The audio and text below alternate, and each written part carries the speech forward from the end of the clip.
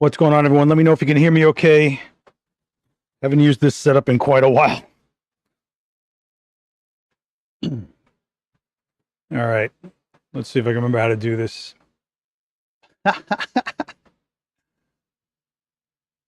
Let's get in focus. How about that? Bada bing. And let's do...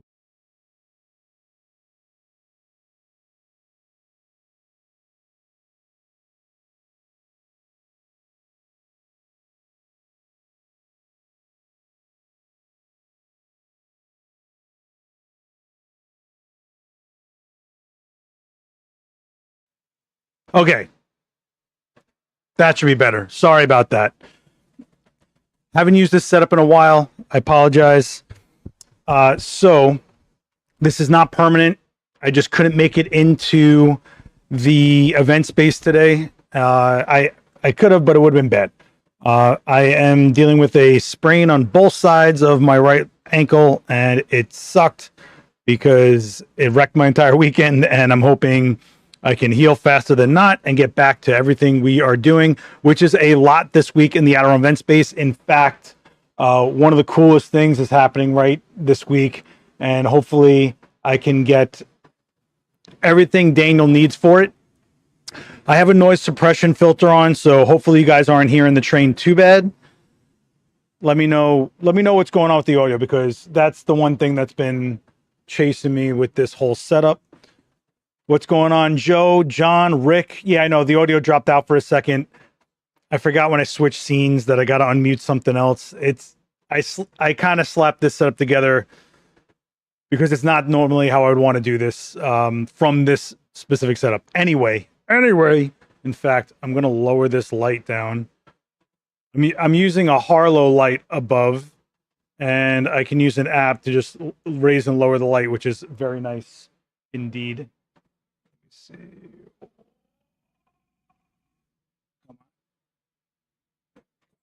All right.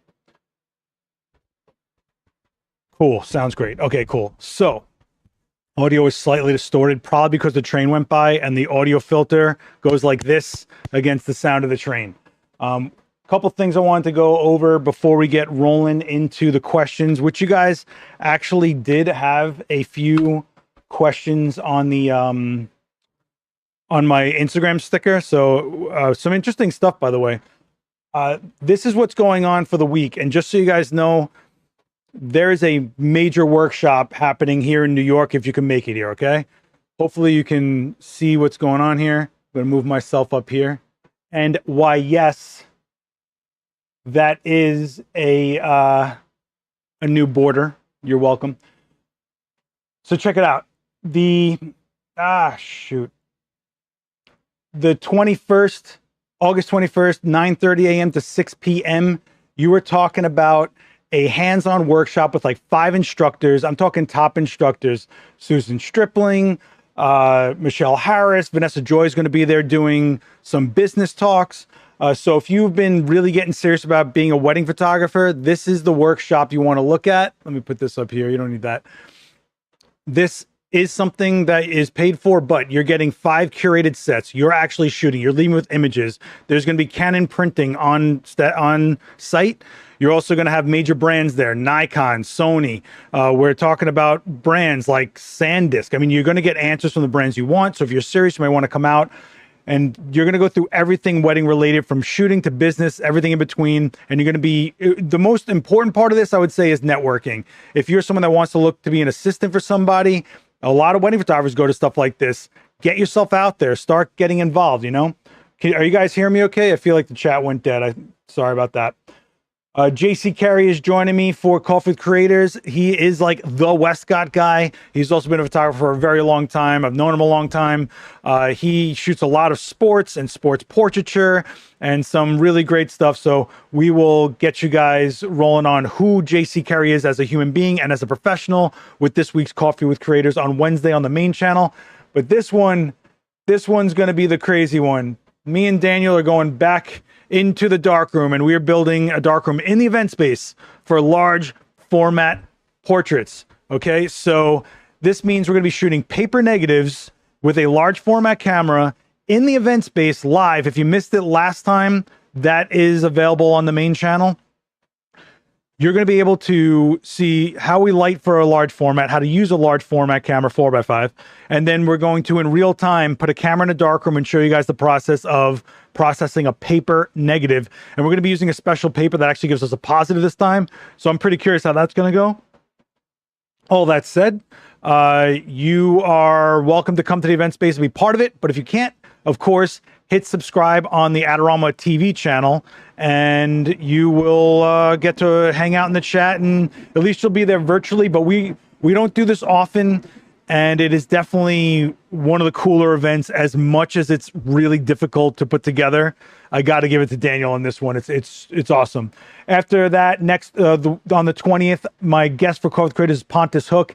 This guy has such an impressive portfolio of media and news outlet type stuff, following presidential campaigns and all sorts of high level stuff.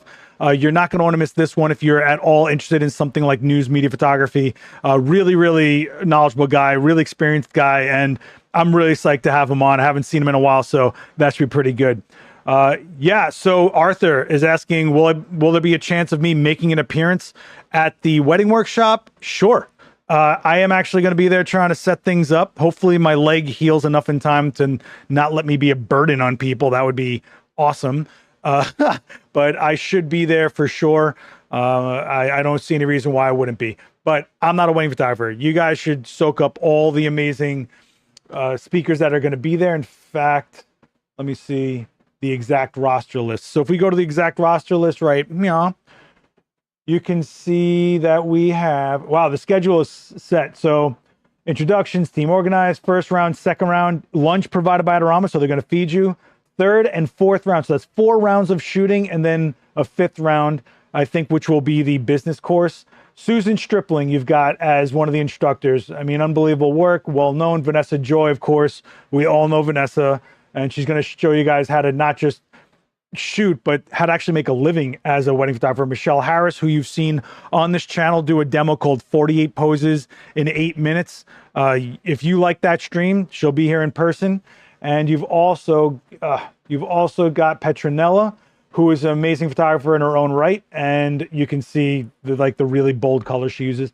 She'll be there, and Josh Dwayne will be there as a photographer and instructor for you to go to their sets, because they're each going to have a set that they design, and then you guys get to go shooting it. And then, of course, Stacy Armand is going to be curating basically the stylizing of the models and the makeup and all that kind of stuff. But she's basically going to be acting like a wedding planner for that day, I guess. So it's like shooting 5 weddings in one day, 4 weddings in one day, I'm not really sure, and then getting a rundown on how to actually make a living at this, which is the important part, right?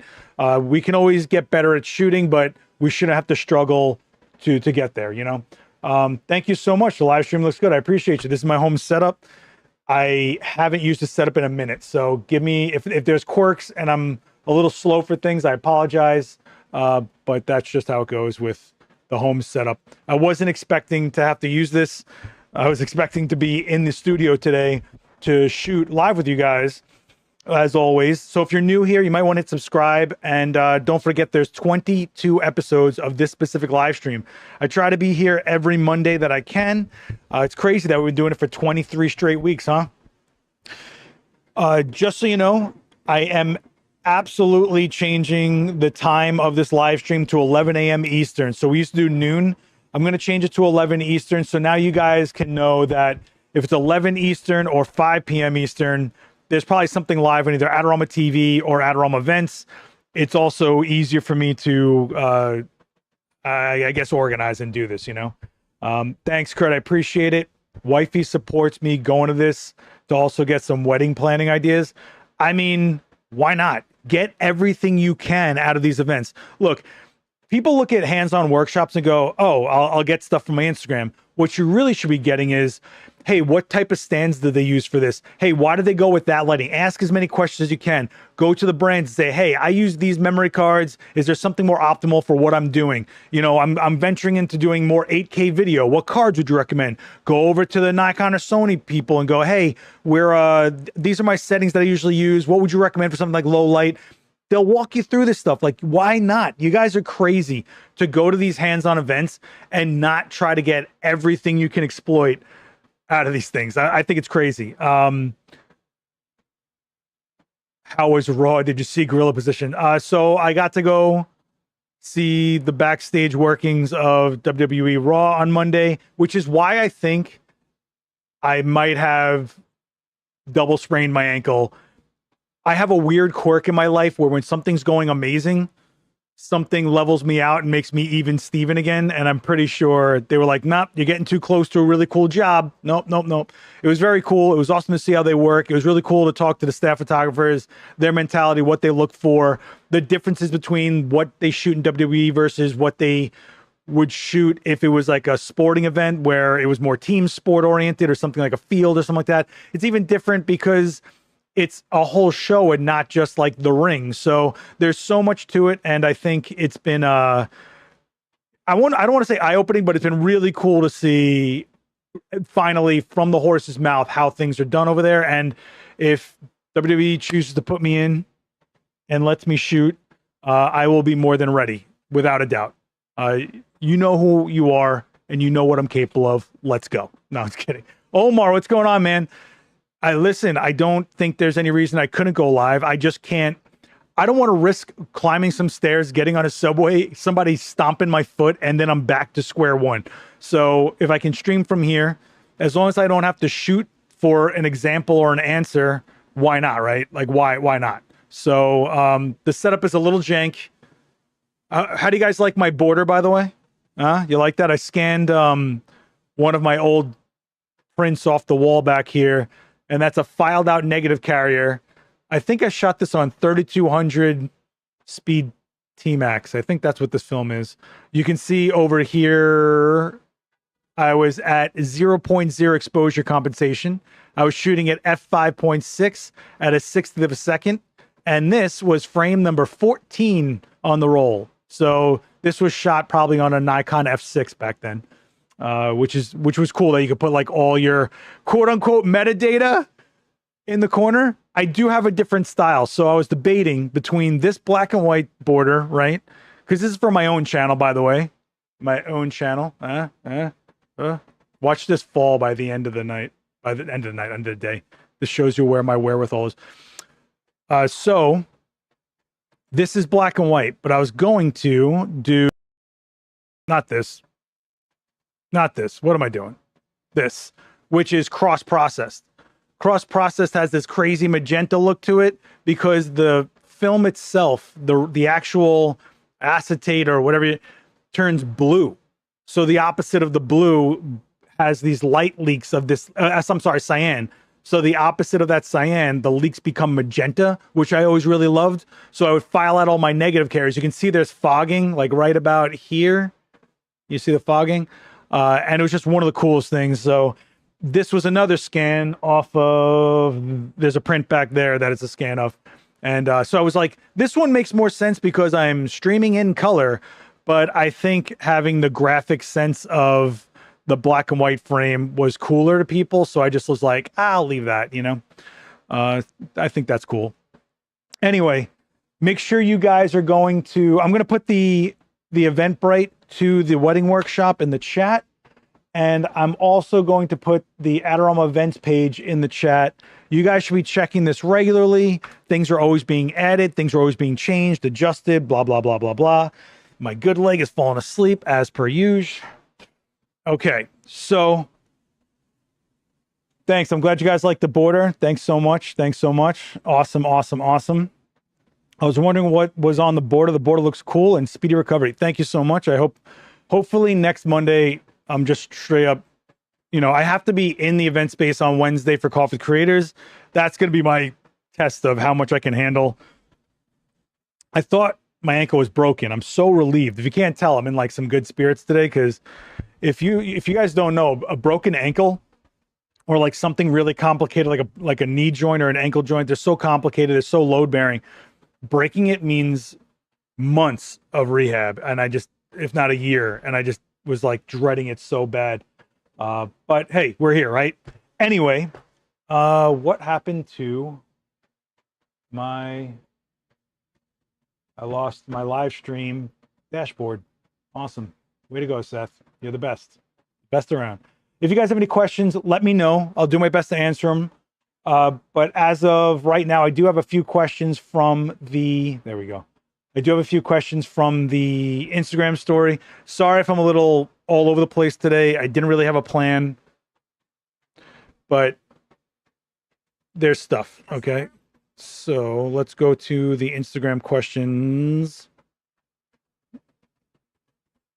The Instagram question. Okay. So, a bunch of you guys wishing me well, and I can't thank you enough. So Omar's actually asked me, have I done an OBS and live stream tutorial in the past? I did one kind of live stream series on my channel right during lockdown. I think it's outdated. I also don't think I'm someone I would listen to in regards to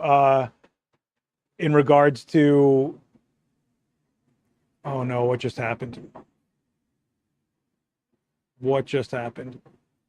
I'm not sure I'm someone that I would consider an OBS expert. I can get you going, I get you off the ground, I can maybe even optimize a few things, but I think OBS is such a particular thing as far as subjective to the user. It's so customizable that it's really hard. However, on the Adorama main channel, Adorama did collaborate with Harris Heller from Senpai Gaming. Back then it was Alpha Gaming. And he did do a rundown on beginner quick start guide on OBS. So that does exist on the Adorama channel. I made sure to get that done as soon as we kicked off the gaming division I was in charge of. If you guys remember the Twitch channel, Adorama XP, that channel. So, you know, that is something that exists. I'm losing my train of thought every 5 seconds. I feel like I've been on the bench for like a few days right now, and my brain is just not here. I'm so sorry, guys. All right, so the questions.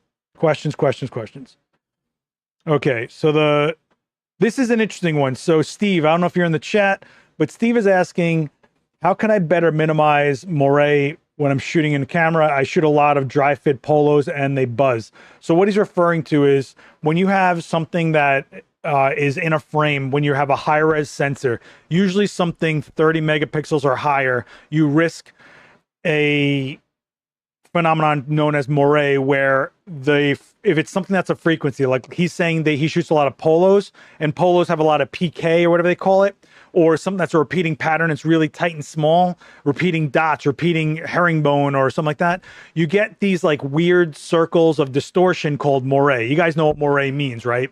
Picture that, but in whatever you're filming.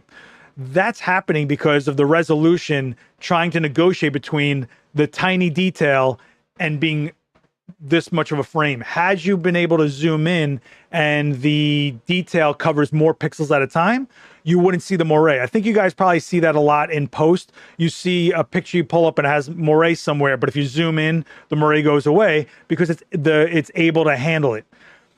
If you want to mitigate it while you're shooting, obviously the best ways to change wardrobe, but we're not going to do that, right? Your easiest way without going crazy would be to get a black mist filter on your lens. What am I talking about? So black mist filter is a filter that softens your it basically softens your image a little bit. It diffuses the light that's entering towards the lens. And I actually did a video on this. So black mist actually comes from, do I have a filter on here actually? Do I have a filter? What's this? Is this a filter? Is this this is a polarizer. That's not going to work. If you guys have where black mist comes from is they used to take glass and press it onto ink pads and it would make a black speckle, and they'd put it right in front of the lens, and the lens would focus past that speckling, but it would take down, quote unquote, the resolution, the clarity, so to speak. It would diffuse things. So it would break up really fine detail. And this is where you would get things like beautification filters and stuff like that. Black mist. Let's see if something comes up if I just type in black mist. It'll probably come up with the word trendy. No, I was kidding. Okay, we'll go to Tiffin. Tiffin's got black pro mist. Okay, so these are black pro mist filters, okay? So you can see that they come in densities. 1/8, there's probably quarter, and then there's a half. And the reason they come in slow densities because it's really, really crazy how much you can overtake an image right away. And you can stack the filters. So you put on 2/8, that becomes a quarter, right? So you can just kind of start off slow. I tend to start off with a bunch of 8s, and if I see that I'm stacking a lot of 8s, I switch them out to single quarters or half and a quarter or something like that. And your best bet is to, if you see the moiré coming up, just stack until it breaks up enough for you. When high-res cameras came out, you actually saw versions that would have no anti-alias and ones that came with an anti-alias filter on the sensor. The sensor had a piece of glass over it that was basically breaking up that fine detail. And you can kind of do that from the lens, which is good, right? So you're not married to it on the sensor. And a lot of people, when, like, say, for example, I remember the Nikon D800 came out, but then the Nikon D800E, I think, came out, and one of them didn't have an AA filter on it. And that was because people just wanted to have the most resolution they could. But then there were other people that shot something like fine detail product, and the moiré was showing up like crazy for them. So they came out with these versions of the camera to mitigate that. I don't think you need to do that. And I think the camera industry as a whole has moved past having variant cameras that have AA filters or not. So I would recommend getting yourself some black mist filters. It won't fix it completely. It won't be a sure thing, but it's definitely worked for me in the past.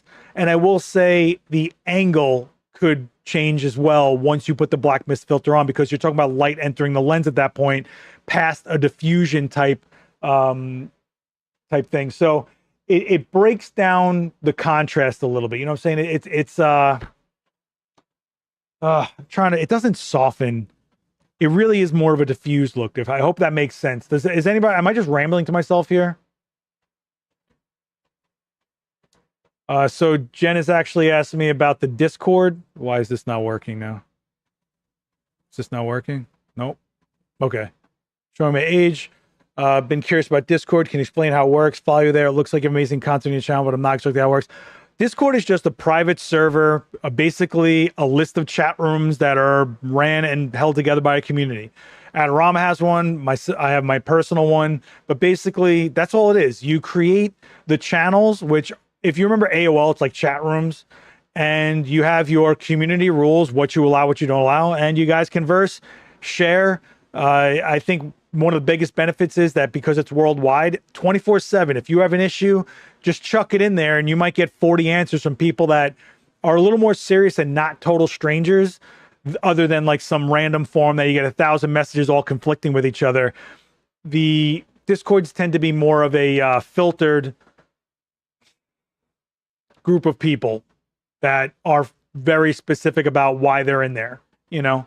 And you yourself can kind of interact with people and get a sense of who you feel would give you more optimal advice, or who you would listen to versus you wouldn't listen to. You get a chance to see their work, see if you even want to follow someone based on what they would say to you based on the type of work they do, all that kind of stuff. So I think it's a really cool environment to be in. It's a great resource. So that's why I started one for my channel. But the Adorama one, you can go to adorama.com/Discord.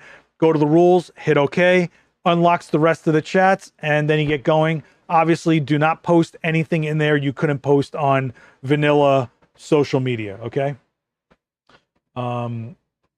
Anyway, so does that answer the question? I don't even know if Steve is in here. I hope he's all right.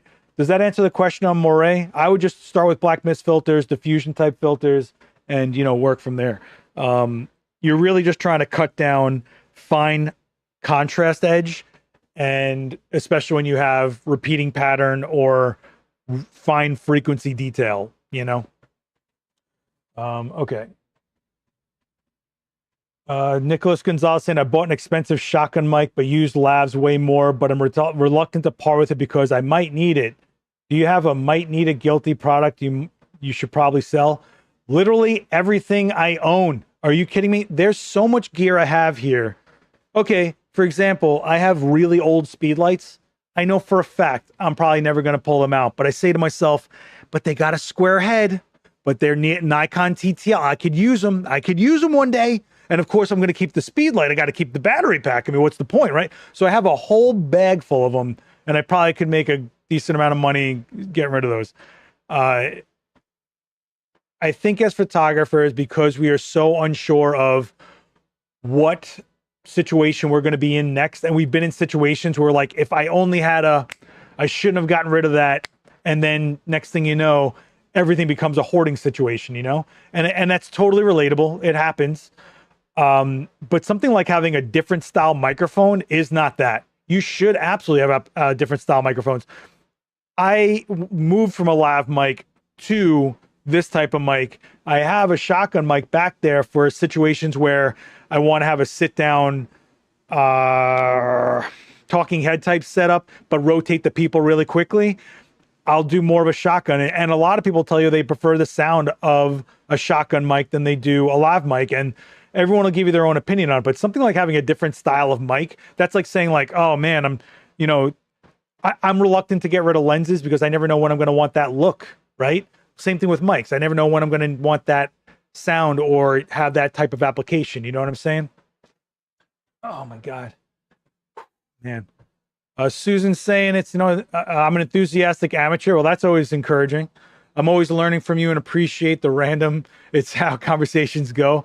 Also found able to apply lots of info, many aspects of my life. That's amazing. That's crazy.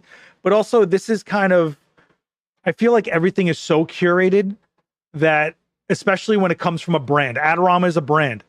The fact that they just trust me to go live, do whatever you do it, shows you how authentic, or how much importance they rest on authenticity. So I think you should be able to get your information from people that can display that they do this and are on the fly. Not to have an ego, but it is what it is. Does anybody who has been a photographer longer than 5 years not have a pile of I should have, just can't rid of gear? I don't think so. And it was even worse when we were going between the film to digital crossover years, because there's so many things, like, for example, ADA filters or whatever, like filters that were a color that you would keep for black and white.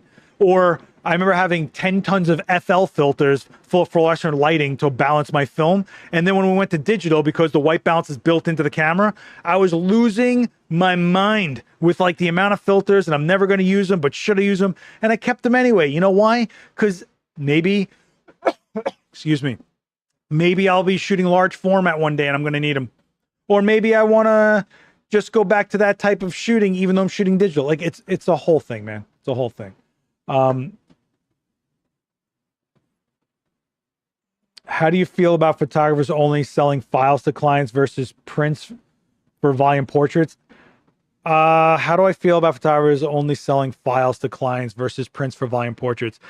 Listen, I think you, as a photographer, have to almost educate your client on what you're going to provide as a service, what you will deliver. That will work for them in their specific case. There's plenty of clients I have that will never print anything I shoot. There's plenty of people that will have, say, a wedding, and they care so much about the prints to decorate their home. There's people that might be getting married and don't even have a house and are waiting to upgrade their lives and be able to put prints up, but maybe now isn't the time. So I guess my moral to that story would be, it's really up to the situation of the photographer and the client, the professional and the client, what was established there and what you're providing. And if they don't know what would be optimal for them, it's kind of up to you to educate them if you feel prints would be more worthwhile for them as an investment, which is totally apt for things like weddings and events in the family's lives and stuff like that, especially if there's people that want copies of it, like other family members and stuff like that. Or maybe there's a digital photo album out there because they have international family members that just go to a cloud type server to look at what's going on in each other's lives. So, I don't think it's fair to judge anyone for that, I'd say. Yeah. Really quick announcement, just so you guys know, and I'm going to need all your help on this, and I'm looking at 50 of you in this chat. There is going to be a channel trailer posted to this channel, finally, 2 years later, finally got a channel trailer cut together. When that's up later today, probably around 3 p.m. Eastern, what I need from you as a favor is to go in the comments of that channel trailer and just post what's been your favorite demos, what have you found useful about the channel. Treat it like a testimonial for anything this channel might have helped you out with.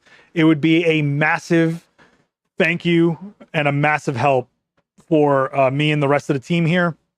I would really appreciate it, and it would totally help out this channel, which has had a slow rise, but it's getting there, and I can't thank you guys enough for being here for it. So when the channel trailer comes out later today, if you're watching this on playback, go over there and just drop a comment about what your interaction has been like on this channel. I would be greatly appreciated. Again, treat it like a testimonial. Yep, live from Brooklyn today. That is the Brooklyn train, which you probably can't hear because I actually, you know what? Let me see if I can shut something off. Hold on, guys. Give me 1 second.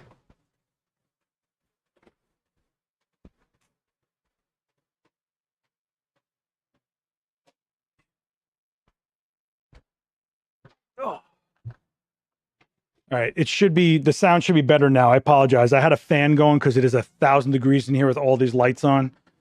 And it's always hot in here. Like then this PC is just pouring heat on me. Hopefully the sound should be better now. I have a noise filter on that was battling a bunch of noise. I wasn't running, I was hopping, but you know. Anyway, what are we doing here? All right, so no, I appreciate you. And thank you so much for coming through on this channel, believe me. So we have other questions on this question sticker. If I can find it. Okay, so someone's asking, what's the best placement for fill light? And then they have another question saying, does fill light interfere with key light? Well, if your fill light interferes with your key light, it's not really your fill light anymore. This is one I really wish I could shoot live. Pags, if you're in the, do you want to hold this for next week when I could probably actually shoot? Fill light, there is no, your fill light depends so heavily on your key light that the only way I can tell you to not have an issue with your fill light, no matter what your key light is to have it be on axis with you and your lens towards subject. Because otherwise, it's going to be going across your subject in some manner. And because of that, based on your key light, you might get double shadows. You might change something you didn't want to change. You might have uneven distribution of light, like on something like a background or something like that.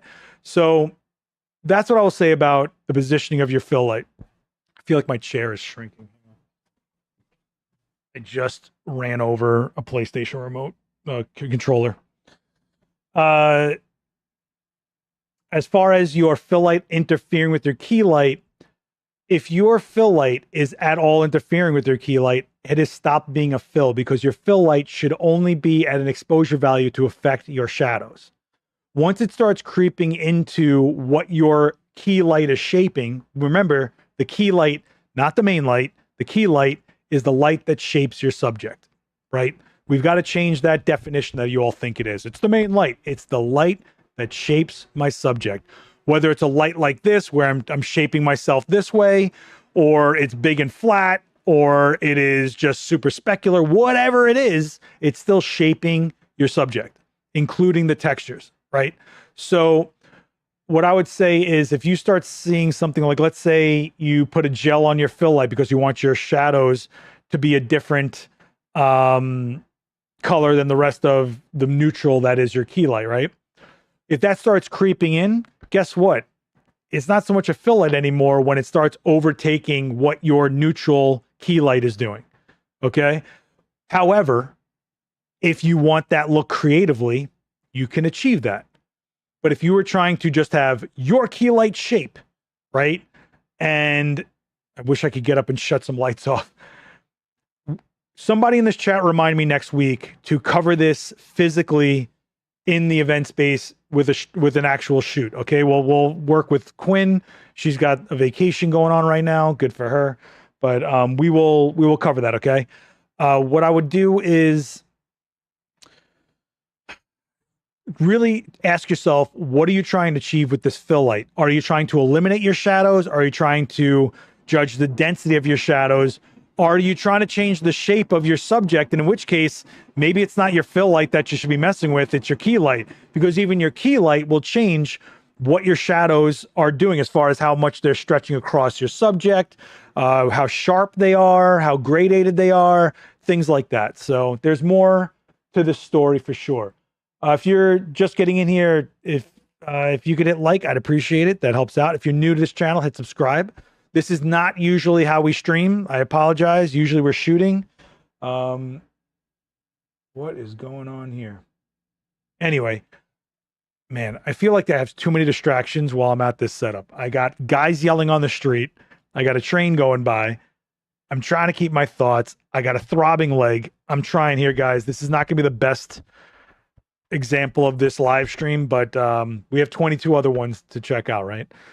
Anyway, you guys okay in that chat? You looks like you've gone silent on me. Hope we're all right. Let's see what the other questions are. A lot of people are wishing me the best on my foot. I appreciate you. Thank you so much.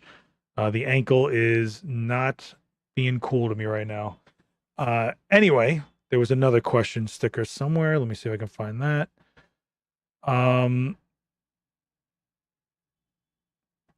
Okay, so someone's asking me, this is not a good question.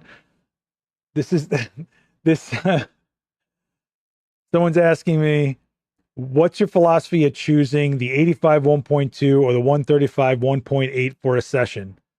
This makes no sense. I think a lot of people just go, I'm just going to pull a lens out and that's the lens I'm going to work with.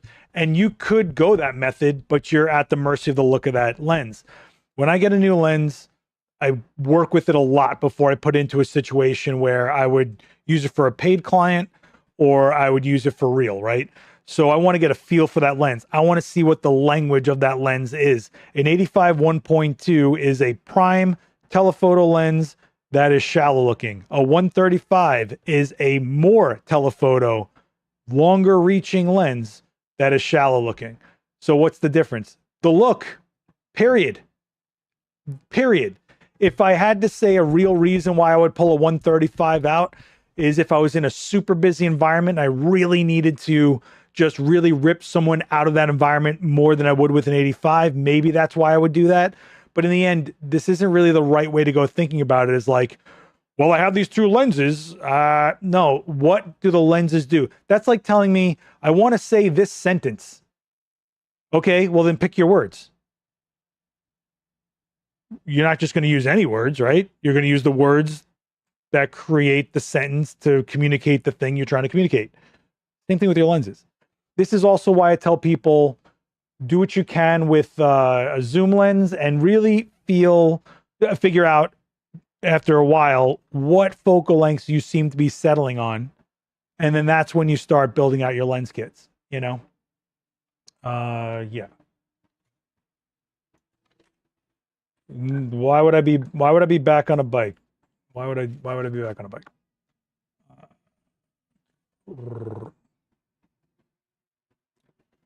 I appreciate you, Kathy. Appreciate you, Sean. Dan, what's going on?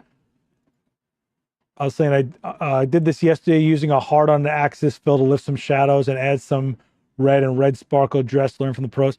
Yeah, and you know, sometimes people confuse lighting different parts of a subject as a fill light. So for example, I had to shoot I'll just say it was a certain type of garment, and I knew that I needed a hard light just on what she was wearing to make it really snap. So I lit her face separately first, and I made sure everything went down in exposure past her face. I lit her very specifically, and I gave her instructions to kind of work her face towards my light as much as she can. Her body can do whatever she wants.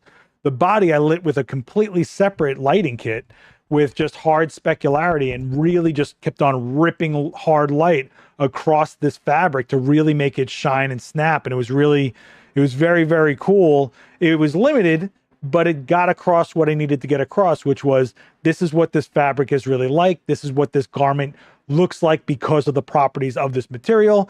And this girl still looks incredible. Look at this amazing face. So yeah, that's kind of a methodology there, you know? What was the other question? So someone's asking about pricing. It always seems to confound me. If you guys need help on pricing, listen to me. Listen to me. There's videos on this channel. Joe Sinnott, Vanessa Joy, and a few others that are all talking about different types of pricing and different scenarios for said pricing and what you should be kind of using as guidelines. So go on this channel, poke around. There's even, I think even one of them is called How to Price a Photo Job or something like that. Like it's business advice. It's, oh, Gary Hughes is on here as well. And he even has some quick tips in between live shooting. So, you know, I love the analogy of choosing words for affecting the sense, the way we should consider a lens for the effect.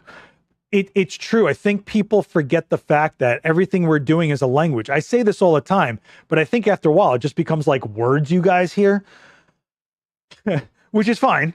But in reality, when you guys show us an image or show anyone an image, if it's not speaking to your viewer or even remotely saying what you needed to say, even if it's something as vapid as commercial, where it just has to show how nice a product is or how beautiful something is, and it's just like, cool, it's beautiful, moving on. Nothing's so insightful. You don't got to dig your eyeball into it, right? It doesn't matter. You're choosing specific techniques, specific lighting style, specific ways to create the image, that it all becomes words in a sentence. And after that, it's got to speak, you know? So unless it's going an image that goes like right next to a printed article that's going to speak for it, and you're accompanying that, man, and you're accompanying that, you really got to make decisions. So when someone asks me like, why would I use this lens over another? What are the qualities of these lenses? And what's different? What will one give me the other one won't? And so when someone says, well, this is a longer lens versus a shorter lens, well, the longer lens right off the bat is going to be able to isolate subjects more, but it also narrows your field of view. So I'm not shooting a group shot with a 135. Nah. Could you figure it out? Probably. Do I have to bend over backwards to make something, a tool, work for me? Should I have to work to make the tool work? No. So you've got to start using your head a little bit. Maybe you don't want such isolation. You just want a certain amount of isolation. And that's when you'd go to something like an 85, where yes, it's a long telephoto lens, but it's not that crazy. And you could get some environment in there. You know, I think my 85 1.2 video for the Nikon release on the main channel, Adorama TV, probably shows you how I use that with the environment more so than isolating. Who was my Alex, my who was unbelievably beautiful, by the way.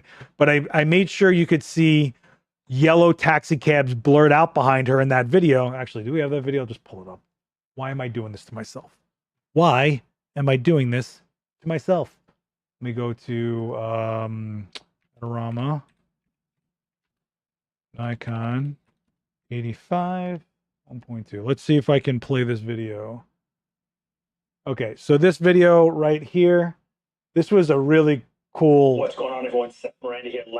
Okay, so I'm shooting in a confined space, but when I finally stop talking and start showing you some images... Come on, Seth. Come on, Seth. Where are you? Where are you? You start seeing I'm putting the environment into play. With a 135, I probably wouldn't be doing that. I'd be trying to cut her out and isolate her even more than that even. But even when I go horizontal, look at that, boom, I'm leaving room. It gives me that I'm in there for her and her amazing eyes and beautiful face and bone structure. Man, I got to call her. She's incredible, right? But yeah, new time, Heidi. I'm sorry. I think I'm going to move to 11 a.m. Eastern. But even when I go outside with this lens, here, this is like super isolated, but this is using just ambient light because there was enough ambient RGB light in there, and I'm at 1.2 that I was just siphoning in all that light anyway, so why not use it? So then when we go outside, right here, you can tell that's a taxi cab. You can tell she's outside. You can kind of even just say, hey, that's got to be New York because it's a yellow cab and those are blue city bikes. If you know New York, you can feel New York here, but it's still an 85. Had it been a 135, that yellow cab would have been bigger behind her, probably way less decipherable. Is that a word? Decipherable? Can someone check me on that? And I think that's when you start making that decision, right? Like if I said to myself, like, I don't care about where she is at all. I don't want to give a vibe of the environment at all.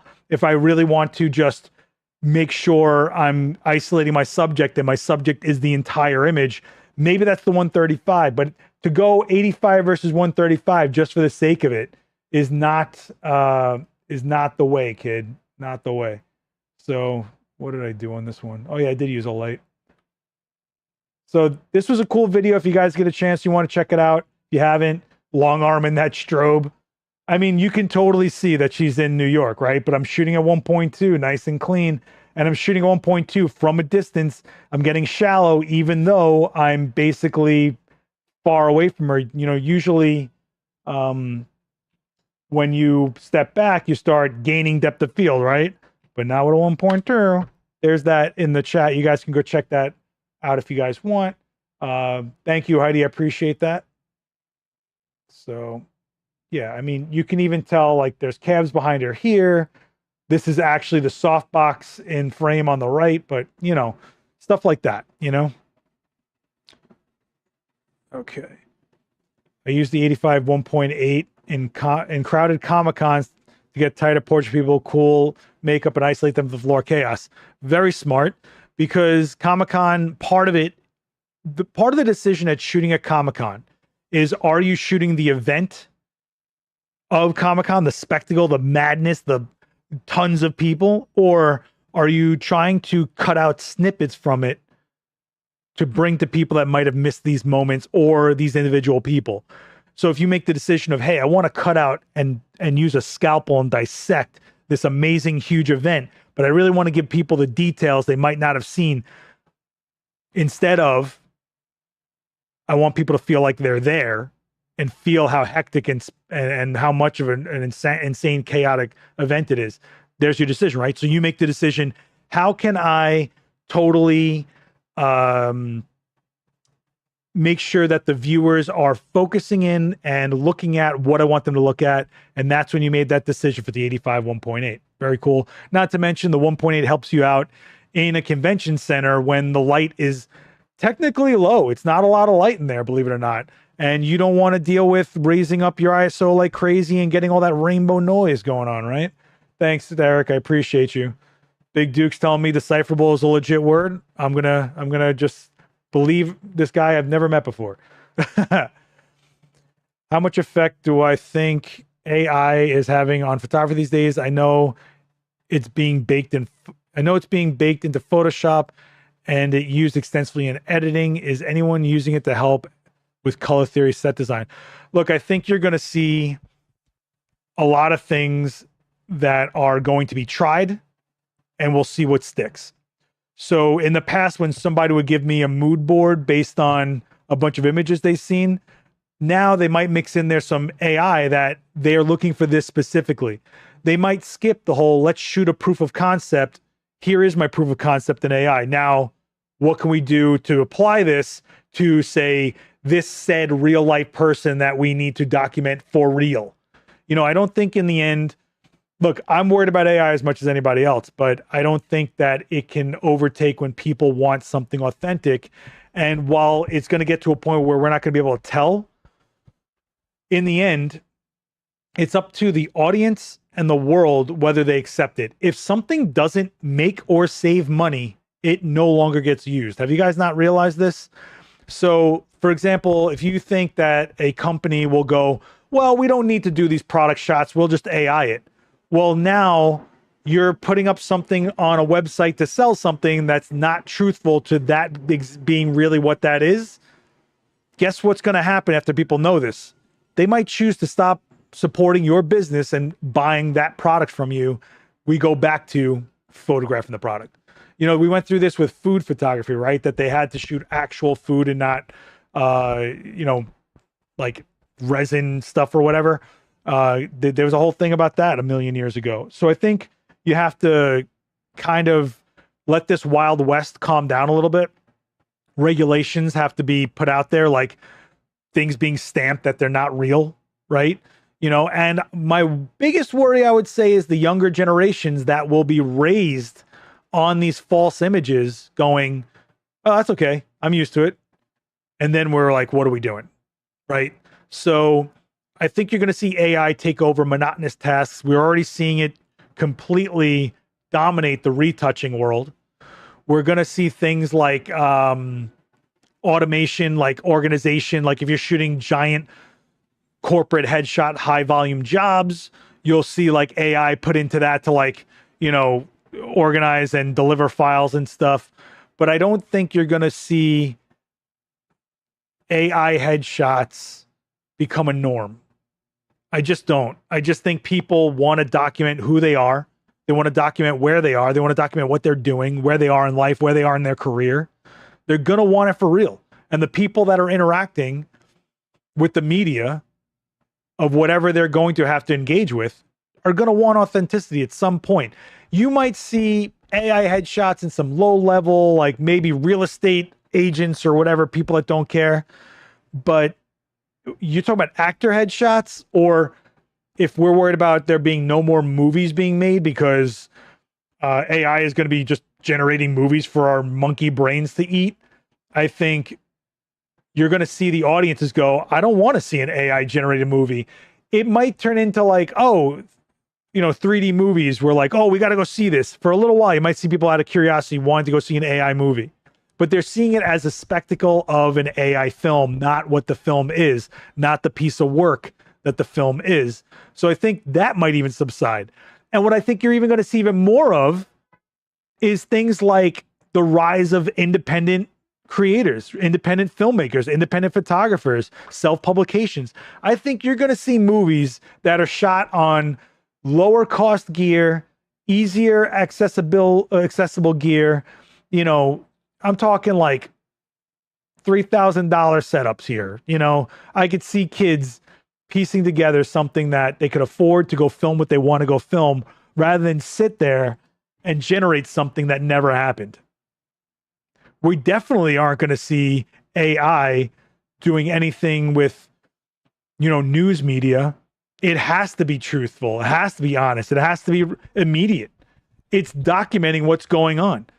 You're not going to see AI affecting things like events. What you might see is AI getting into certain wedding situations where that couple wants to look like they're on a volcano.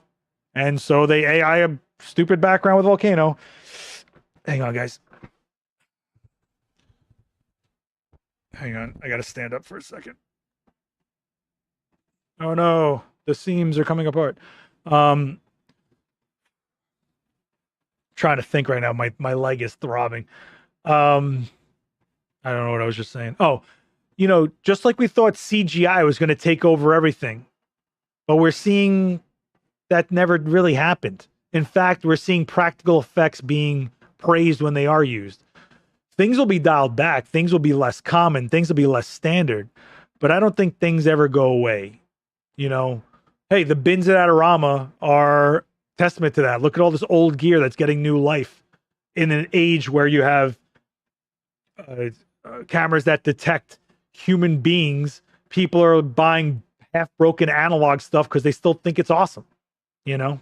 So that's, I don't think anybody can figure it out right now, but I think we're in the Wild West and it's up to us to vote with our dollars what we accept. If you want to accept AI generated stuff and pay for it, part of that is going, I'm okay with AI generated product images on a website named after a jungle that kills mom and pop businesses or independent businesses. You know what I'm saying? So like you have a choice to not support things if you're thinking it's not going to be advantageous to our world, to our industry, to the careers.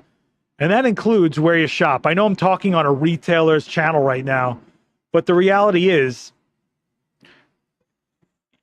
when you support, so for example, you support Adorama, that supports this live stream right now.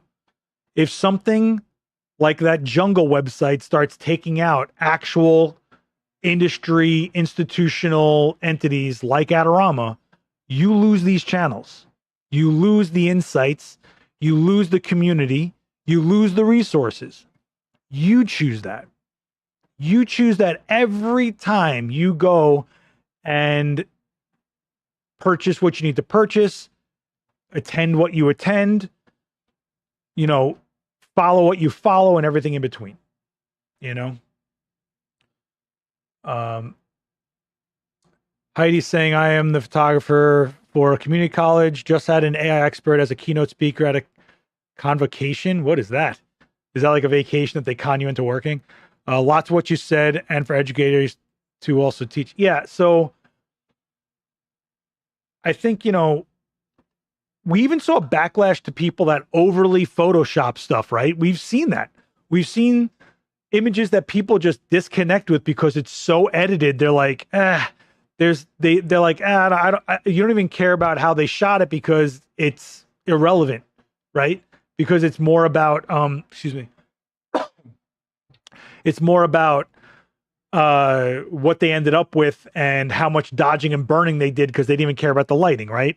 Or the thing that kills me, or the thing that actually got me work over the years, was people that would show me images they had of themselves that didn't look like themselves because some photographer felt they needed to Photoshop off all the things that made them who they are.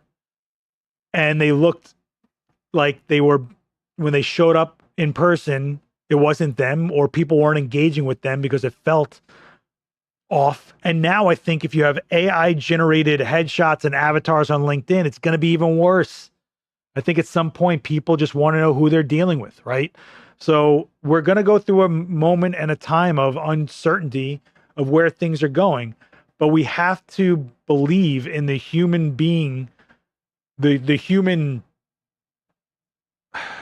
base of just wanting reality and what's in front of their face. You know, convocation is a graduation ceremony. Jeez. Shows you how uncultured I am. Oh my God. I can't wait to not be injured, everybody. This is going to be great. When I can finally put weight on my leg, it's going to be amazing. Till then, it is all types of black and purple and swollen. It is not cool. Unfortunately, some of the answers to some of these questions would be better if I could just go shoot. Next week, if you guys remember, we'll do something on fill light, okay? If I can get in the studio. I got a feeling I'm going to heal faster than I think. I have to believe. I have to believe. Yeah, you can only elevate the foot so much until you just need to bend your knee, or you can't sit. If you guys haven't noticed, I'm not somebody that sits idle well, and this is driving me crazy. Crazy. You want to see something crazy? Hold on, I got to show you this. You guys are going to flip out.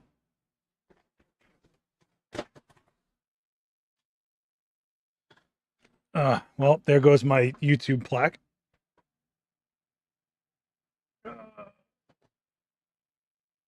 Sure. So this, I went and saw that movie Weapons. That horror movie Weapons is got a lot to do with disappearing children. I'll just say that. I don't want to ruin it for anybody. It's definitely worth watching if you're a horror fan. If you're not a horror fan, you just like feeling unsettled.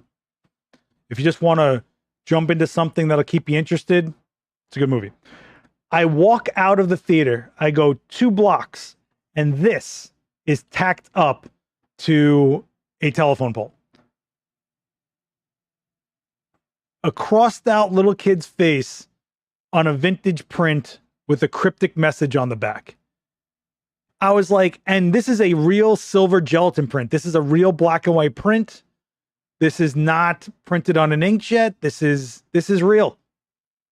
And I was like, what? After the movie I just watched, this is what happens. And then you know what happened an hour later? I almost broke my ankle. That's what happened an hour later. So I'm like, did I just pick up a bad? Is this some juju stuff? Is this some crazy omen stuff? Is this some black, Dahlia mask, whatever? This is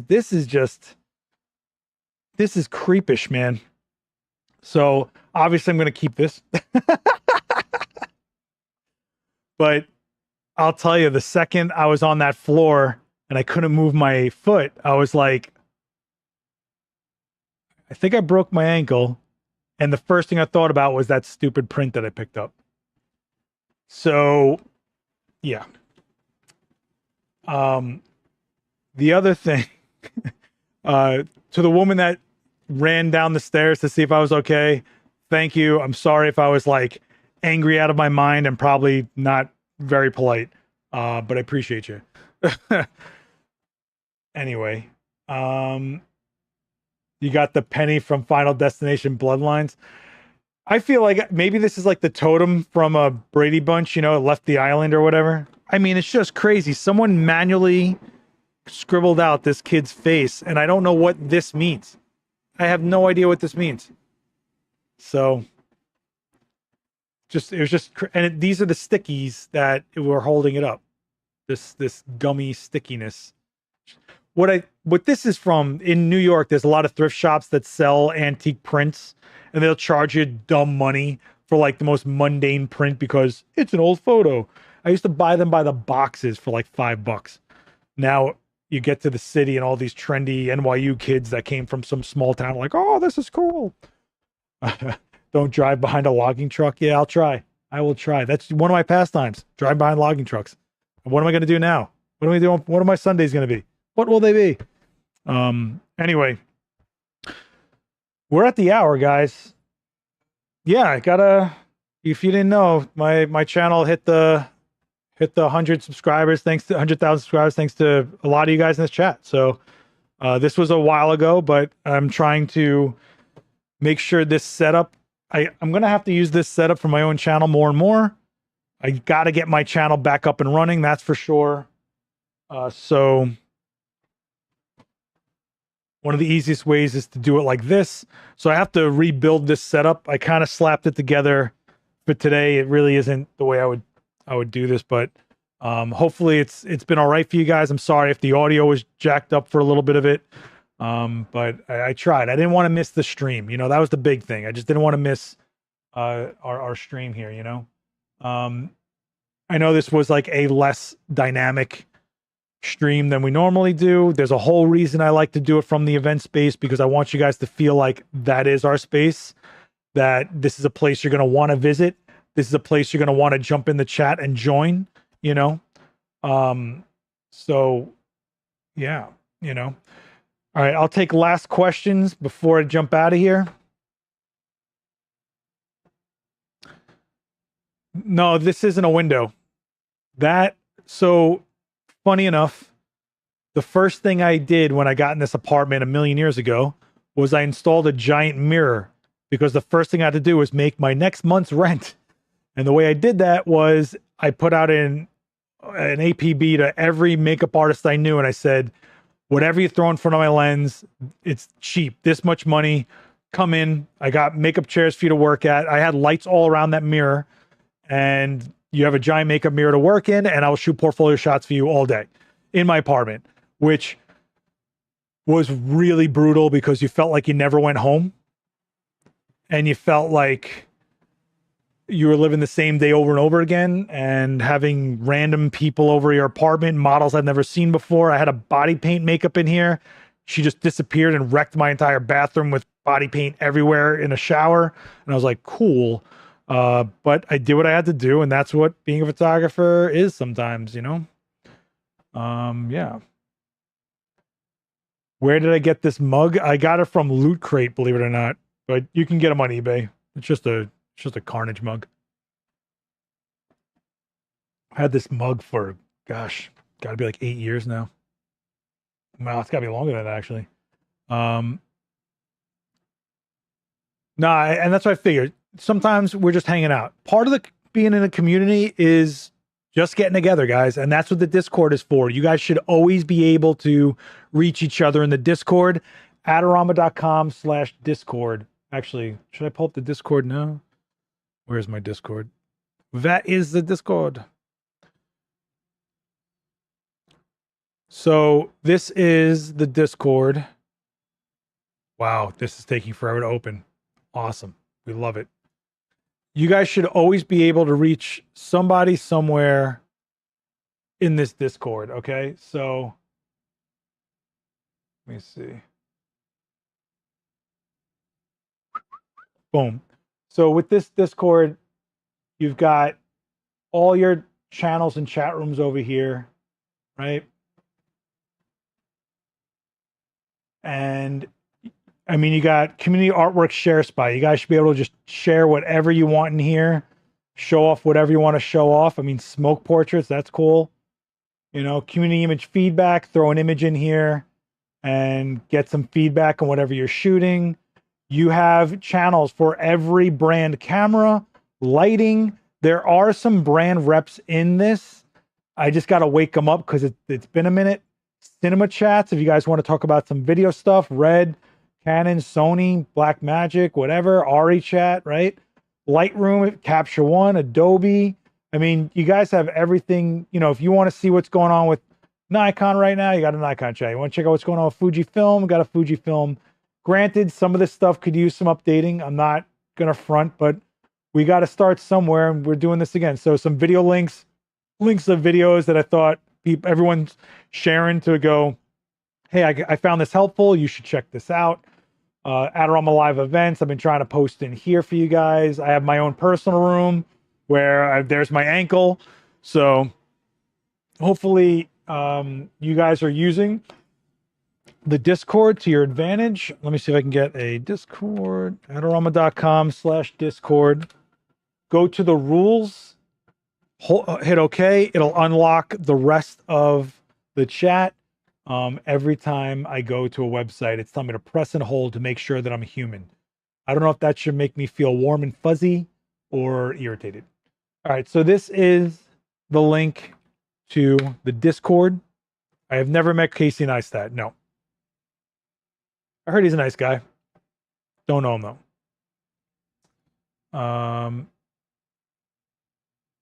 Okay. All right. So anyway, guys, I guess I'm going to leave it there. Going to get some ice on this ankle. It is getting very, not feeling great. Listen, don't forget, later this afternoon, you might be watching some playback. It's probably already up. The Adorama Events channel trailer is going to be posted. I need you guys to get in those comments and talk about whatever you felt was helpful, specific live streams you think people should check out. Treat it like a testimonial board. If anything you felt was helpful, insightful, or something that was just entertaining, or enlightened you to something new, or someone new, you found out about a speaker that you didn't know about, make sure you get in those comments of the channel trailer and just unload in there like a testimonial board. It's going to help out this channel a ton. It's been a lot of work for 2 years to be able to build what we built here, and I just want this to explode already. I just want this to go monstrous. You know, I want every speaker that I bring in to feel like it was worthwhile because the audience is here for it. So let's make sure you give them thanks. Anybody, if you were like, hey, Abscisse, it was amazing, let them know in those comment section. And you know, if you're watching this back on playback, I guess we'll stick with the theme of food. Type in a comment, falafel. Falafel is the keyword today to let me know you guys watched this till the end. And it's pretty funny to see how many people are typing in food comments. I really think it's funny. And we'll go from there. So thanks for bearing with me on this one, guys. I know it wasn't the most dynamic. I just didn't want to not do the stream. I want you guys to know it's here for you. Mondays, 11 a.m. Eastern is the new time. So 11 Eastern, you're either going to find a Coffee with Creators or this stream, or 5 p.m. Eastern, you're going to find a demo or Daniel or something like that. So 11 and 5 p.m. Eastern are the times to keep in mind for live on this channel and the Adorama TV channel. You know, appreciate you, Heidi. And don't forget, do not forget. I'm not kidding around, guys. Do not forget the wedding workshop. Do not miss out on this. You guys are gonna regret life if you miss out on this. I'm telling you right now. Why is it doing this? Do not miss out on this event right here. The wedding workshop. I'm going to put it in the chat. If you're going to be in New York or are in New York or can be in New York, you're talking about 5 sessions of shooting, how to shoot, how to light, different setup scenarios. It's like shooting multiple weddings in a day, and you get Vanessa Joy doing a business course, and you get lunch and a swag bag. You've got top brands, Nikon, Sony, SanDisk, Canon printers will be there. I mean, the list is huge. Do not miss out on this workshop. Seriously, it was huge last time. It went over really well. I heard a lot of complaints that people missed out on it. Well, now you don't have to miss out on it. So Nikon, Sony, Canon, Fujifilm, Sigma, Flashpoint, Profoto, SanDisk, Western Digital, Glow, Printique, Adorama Rentals, Flashpoint. It's all going to be there, guys. So make sure you check out that on August 21st. It is a block away from Adorama in a beautiful loft. Coffee with Creators on Wednesday with me and JC Carey, who's teaching. I just put the link in the chat, Brad. Susan Stripling, Michelle Harris. Yeah, there's a whole list. And then Analog Day on Thursday. Analog Day on Thursday. Me and Dan will be shooting large format with a darkroom we're building in the event space. And you can join in online. There will be a camera in the darkroom like we did last time. And we're going to be shooting analog, which you don't do a lot. So make sure you guys stay up on that. If you can't make it to the event space, make sure you get in that stream. That is on the main channel. Why am I showing you my stream here? What is going on here? I'm having a rough week, man. I'm having a rough week. Cool. All right, guys.